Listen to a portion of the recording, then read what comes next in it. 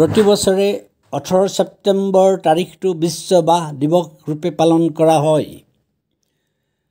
বাঁহক green gold বুলি জনা যায় কিয়নো ই পৰিৱেশ আৰু অৰ্থনীতি দুই ক্ষেত্ৰতে মূল্যৱান। বিশ্বৰ ভিতৰত 1200ৰো অধিক প্ৰজাতিৰ বাঁহ পোৱা যায় আৰু ভাৰত হৈছে অন্যতম বৃহৎ উৎপাদক।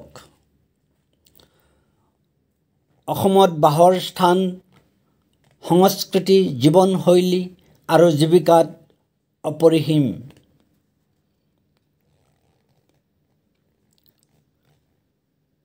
শীঘ্ৰেই নুমলীগড়ৰ শোধনাগাৰত বাঁহৰ পৰা ইথানল উৎপাদনৰ বৃহৎ প্ৰকল্প স্থাপন হ'ব, যি উত্তৰ-পূবৰ অৰ্থনীতিৰ বাবে এক নতুন দিশ খুলিব। বাঁহ মাথো এটা উদ্ভিদ নহয়, ই আমাৰ ভৱিষ্যতৰ সম্ভাৱনা। আহক সংৰক্ষণ আৰু বহনক্ষম ব্যৱহাৰত আগবাঢ়ো।